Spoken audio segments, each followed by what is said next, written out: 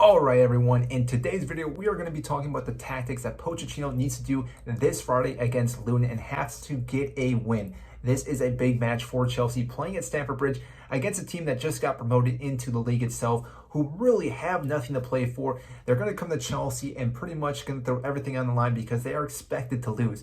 There's really nothing that happens if they get blown up because it's expected, which is going to be very difficult for Chelsea. So let's look at the tactics that Pochettino should be doing. Now, looking at tactics here wise, most likely we're going to see a back 4-2-3-1. This is the tactics we saw during the preseason, and this is the one we saw so much progression and goal scoring.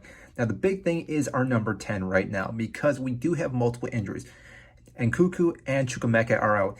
This is going to be the hardest spot to fill for us right now because Maatsen can play that role, but really we could also see Gallagher come in and play somewhere in this midfield. But for the sake of this video, we are going to put Maatsen here. Now, granted, we could do something different in the midfield as well. We could move Fernandes up, bring Maatsen out, and put Gallagher next to Caicedo. But again, this is probably not going to be the option because we want to go with something a little more dense in the midfield here. And the reason why is the way that Luton do play. Now, with this being said, our backs here, they're going to have to be tucking in a little bit more. The way that Luton plays, they do attack more out on their wings. If you look at the heat map here, you'll see that really they want to hit on the outsides and bring the ball in. So again, expect Luton to play balls out here, slowly bring it here, cut it back, and then play the ball inside.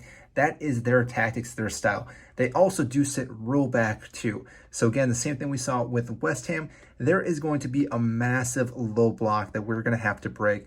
Again, they're going to have most of their players back sitting here, which again, this is going to be the hard part for Chelsea because Maatsen, again, as creative as Nkuku or even Chukwuemeka. But again, if we can have Sterling drive into this line or even have Fernandes find places to play the balls to all these players, even have Caicedo come up as well, and Noni on the outside here, we're going to see us create chances. But again, this is going to be very difficult to break down.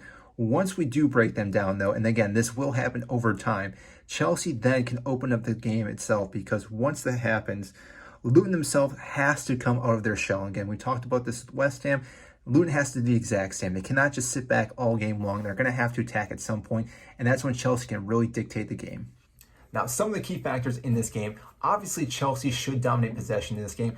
I have a feeling it's going to most likely be 80-20. It's going to be their clinical finishing because Chelsea are going to have multiple opportunities, but if they cannot convert on some of those chances, it's really going to hurt their confidence. And Luton, again, may hit us on the counterattack one or two times like we saw with West Ham, but this is why we're doing the back four. Therefore, again, we're not leaving Colwell and Thiago Silva vulnerable for anything. I think Disasi needs to be on the bench with Colwell or Chilwell and Gusto out on the wings because, again, having those players are a little bit more quicker. But again, keeping everything nice and tight in the back line will help us keep everything in front of us and also not allow them to overload any side for us because if they're able to overload one of these sides, it's going to be very difficult for Chelsea to break them down, get the ball back, and also win the ball inside the box. And therefore, again, this game could go either way. It is a game for Chelsea to win, and if they do lose this one, it's going to be a long season.